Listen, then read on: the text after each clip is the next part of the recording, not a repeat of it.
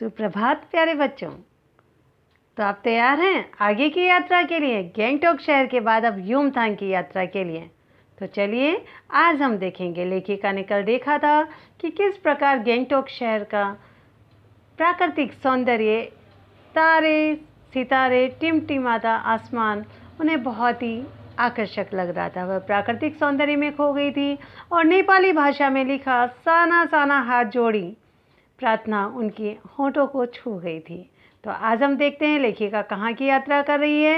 इस बिखरी असीम सुंदरता का मन पर यह प्रभाव पड़ा कि सभी सैलानी झूम झूम कर गाने लगे, सुहाना सफ़र और ये मौसम हंसी। तो आपने देखा किस प्रकार हिमालय अपना रूप परिवर्तित कर रहा है और हर रूप के परिदृश्य में वह सुंदर और सुंदर होता जा रहा है। रास्ते सकड़े होते जा रहे हैं और घाटियाँ बढ़ती जा रही है, पर मैं मौन थी। मैं कौन है? मधु कांकरिया।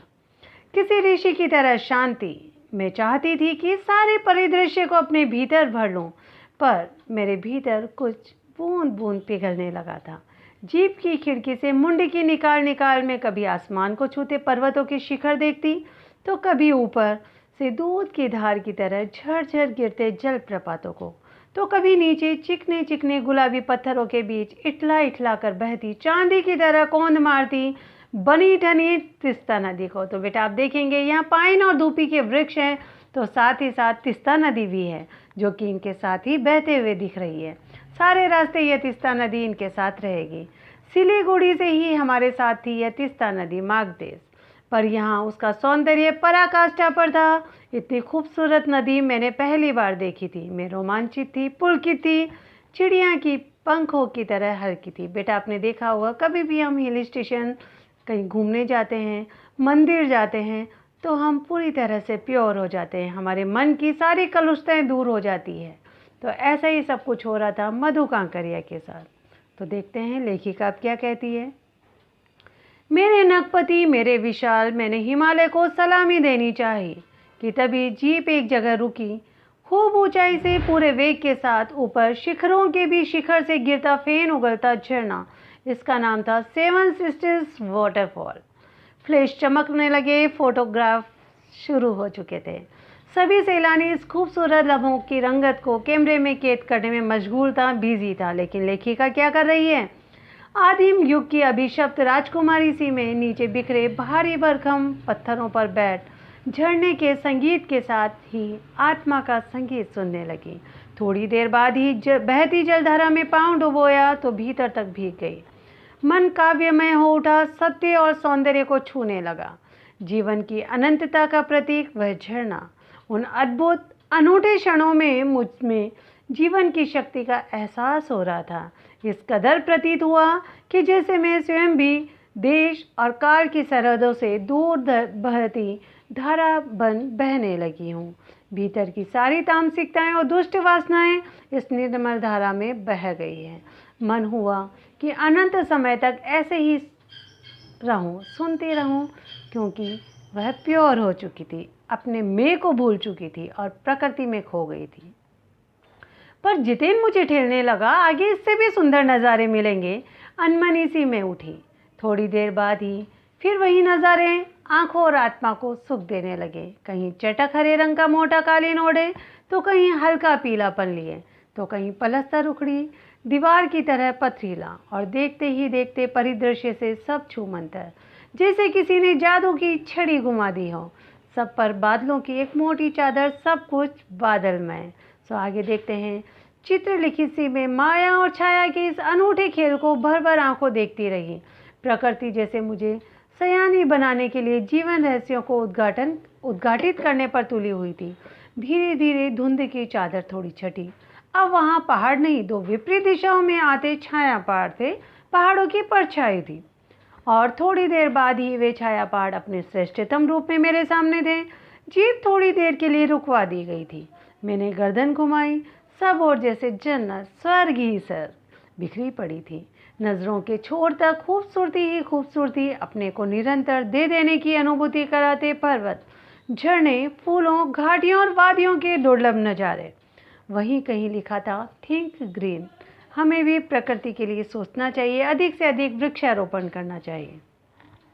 आश्चर्य, पल भर में ब्रह्मांड में कितना कुछ घटित हो रहा था। सतत प्रवाहमान झरने, नीचे वेग से बहती तीस्ता नदी जो सिलीगुड़ी से साथ चली आ रही थी, सामने उड़ती धुंध, ऊपर मंडराते आवारा बादल, मंदिम मंदिम हवा में हिलोरे लेता प्रियुता और रोडेंड्रो के फूल। तो ध्यान रखेंगे पाइन और धूपी के वृक्ष हैं, साथ ही साथ तीस्ता नदी जो सिलीगुड़ी से साथ है, और प्रियुता और रोडेंड्रो के फूल वहाँ के खास फूल है। सब अपनी अपनी लय और तान और प्रवाह में बहते हुए चरवेती चरवेती धीरे धीरे, और समय के इसी सतत प्रवाह में तिनके से बहता हमारा वजूद, हमारा मैं। पहली बार एहसास हुआ जीवन का आनंद है यही चलायमान सौंदर्य। संपूर्णता के उन क्षणों में मन इस बिखरे सौंदर्य से इस कदर एकात्म हो रहा था कि भीतर बाहर की रेखा मिट गई थी। आत्मा की सारी खिड़कियां खुलने लगी थी। मैं सचमुच ईश्वर के निकट थी। सुबह सीखी प्रार्थना फिर होठों को छूने लगी, वही नेपाली प्रार्थना। तभी वह अतीन्द्रिय इंद्रियों से परे संसार खंड खंड हो गया। वह महाभाव सूखी टहनी सा टूट गया। दरअसल मंत्र मुग्ध सी में तंद्रील अवस्था में ही थोड़ी दूर निकल गई थी। अचानक पांव पर ब्रेक से लगी। मैंने समाधिस्थ भाव में नृत्य की कृति किसी आत्मलीन नृत्यांगना के नुपुर अचानक टूट गए हो, ऐसा उन्हें लगा। मैंने देखा अब किस दृश्य ने उन्हें झकझोर दिया है। अद्वितीय सौंदर्य से निरपेक्ष कुछ पहाड़ी औरतें पत्थरों पर बैठी पहाड़ तोड़ रही थी, पत्थर तोड़ रही थी। उनका सौंदर्य अपने चरम पर था। आटे सी कोमल काया पर हाथों में कुदाल और हथौड़े, कईयों की पीठ पर बंधी डोको। डोको क्या एक बहुत बड़ी टोकरी होती है जिसमें वह अपने बच्चे को बांधती है, बिठाती है और पीठ पर बांधती है।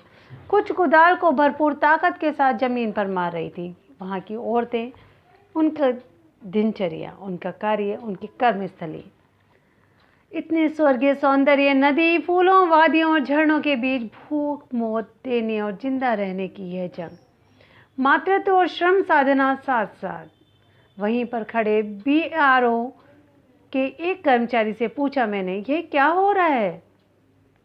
उसने चुहलबाजी के अंदाज में कहा, मजाक करने के अंदाज में कहा, जिन रास्तों से गुजरते हुए आप हिम शिखरों से टक्कर लेने जा रही हैं, उन्हीं रास्तों को ये पहाड़ी ने चौड़ा बना रही है।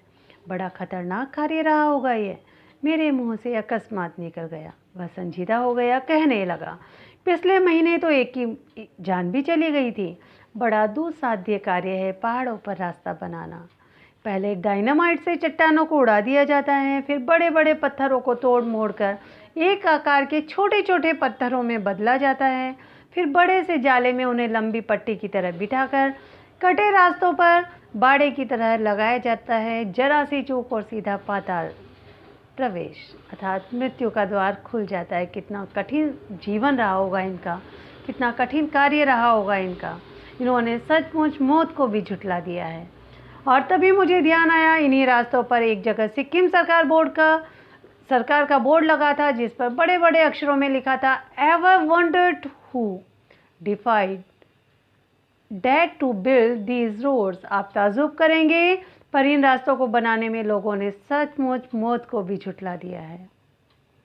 एकाएक मेरा मानसिक चैनल बदला, माइंड डाइवर्ट हुआ, मन पीछे घूम गया। उन्हें पहले की स्मृति हो आई, किस प्रकार वह पलामू और गुमला के जंगलों में उन्होंने देखा कि पीठ पर बच्चे को कपड़े से बांधकर पत्तों की तलाश में वन वन डोलती आदिवासी युवतियाँ। उन आदिवासी युवतियों के फूले हुए पांव देखेंगे, कितना दुर्गम रास्ते हैं।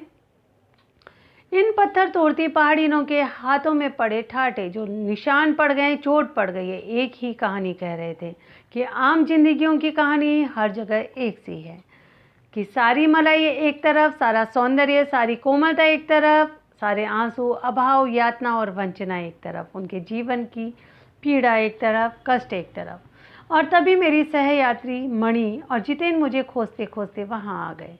मुझे गमगीन देख जितेन कहने लगा, मैडम ये मेरे देश की आम जनता है, इन्हें तो आप कहीं भी देख लेंगी।